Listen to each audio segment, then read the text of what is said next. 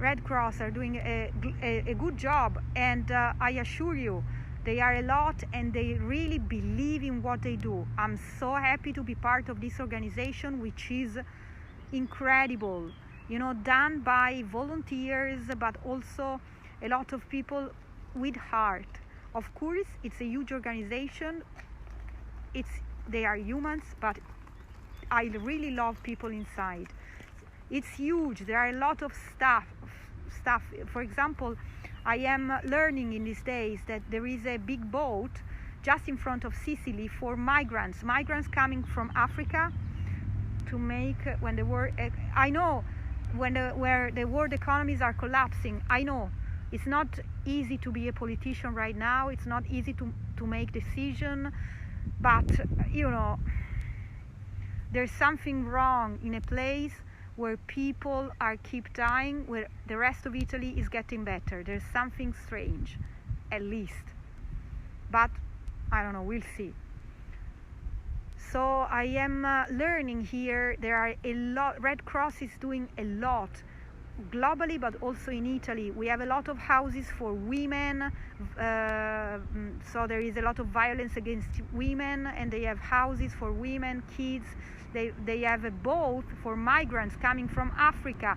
Now they are on lockdown on this boat of the Red Cross in front of Sicily, for example. Yes, a big boat owned by the Red Cross with volunteers and doctors, and they are in quarantine, on lockdown. They are there on this boat, a huge boat, more than 1,000 people, I guess, I don't know. And there are a lot of other places, and as soon as it's possible, I want to go to volunteer, because I think there is need of people.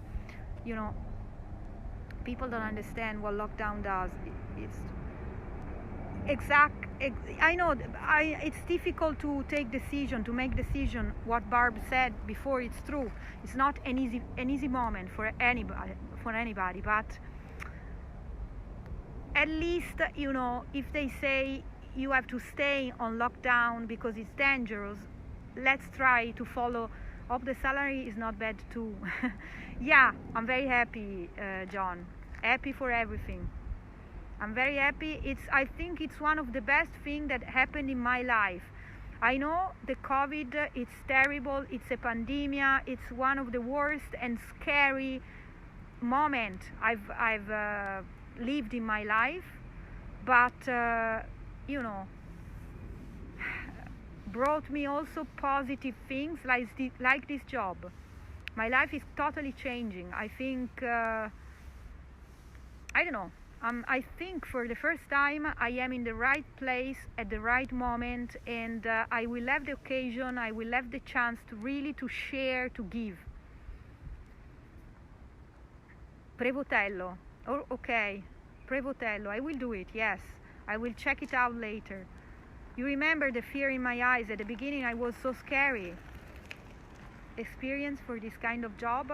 I did volunteer before, but not in in the biggest humanitarian association like this one. Croce Rossa, see, exactly. Red Cross, Crescent Moon, Crescent Cross, Crescent Moon, I think. Rosa is lucky to have you. La Croce Rossa is lucky. Thank you. I'm glad you overcome your fear. Yes, so I can fly. You are so right, Steph. I am the real example. I was scared at the beginning. I was in the middle of everything. I couldn't believe that this was happening to everybody, to me, to my family, to my mom, to my sister, to all my friends and you. But then, Cruz Roja.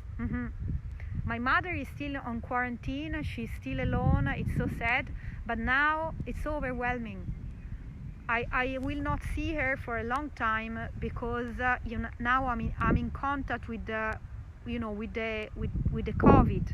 I'm close at the ER of the Red Cross Milano, which is the biggest here in the north. My office is just at the second floor, so maybe I am a healthy carrier. I don't know. I will do the test in the next days. I will do the blood test for immunity and everything. And I will know better because I will be in contact with the doctors. inside there. Wake up feeling that it's all so surreal. Exactly. Everything is so surreal. But at least, before COVID, I I didn't have any idea I could work with the Red Cross. So everything very scary and bad brings also something positive. Let's try to watch the positive side always. I hope you have immunity. I hope so. Yes, I hope so. Test de anticuerpos. Sí, Maria. Eso. Antibodies, immunity. Stay strong. I'm very happy and I'm not scared anymore. I feel I'm ready. I'm ready to face whatever I have to face. I read Faith, Reason and the Plague in the Century Tuscany. Reminds me of that period. And Plague in the 7th century. Wow, 17th century. I don't know this book. But I know the Plague was also in the 14th century. Sì, andiamo avanti con un pochettino di allergia. People with dog. You got corona in the past? I'm not sure. I know that after Myanmar, I had a stopover in Bangkok. It was January, and in Bangkok, COVID was real at the time. I didn't know what, I didn't realize. But a lot of people were with masks, and I was like, why they wearing a mask? I didn't know. And after that, I was in my house in Milano, and I was sick for a virus. They didn't know which kind of virus was for 3 weeks. I was in bed with flu, with stomachache, with diarrhea, with fever. Maybe, guys, I had and I passed the coronavirus. Who knows? When was this? In January. 3 weeks. I was totally in bed for 3 weeks, knocked down, like I couldn't just wake up. 3 weeks.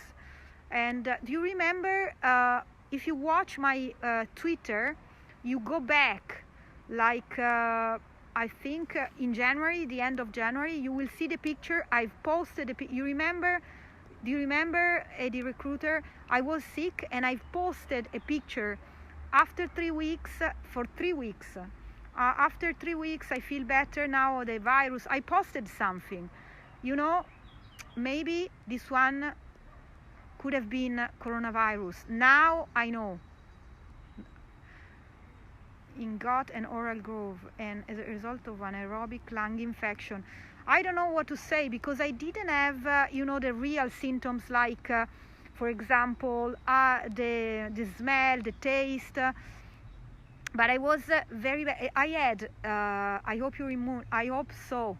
I had the impression like a big hand was on my abdominal pushing me, like I couldn't breathe. But I wasn't scared. I went to a doctor and I did all my blood test, and they didn't know. Oh, it's a virus, but we don't know. I don't know. I was sick too, in bed 2 weeks. Not everybody lose smell. I know. And at the time, nobody was talking about coronavirus, so I just stay in bed, and I take care of myself. I took care of myself, and nothing.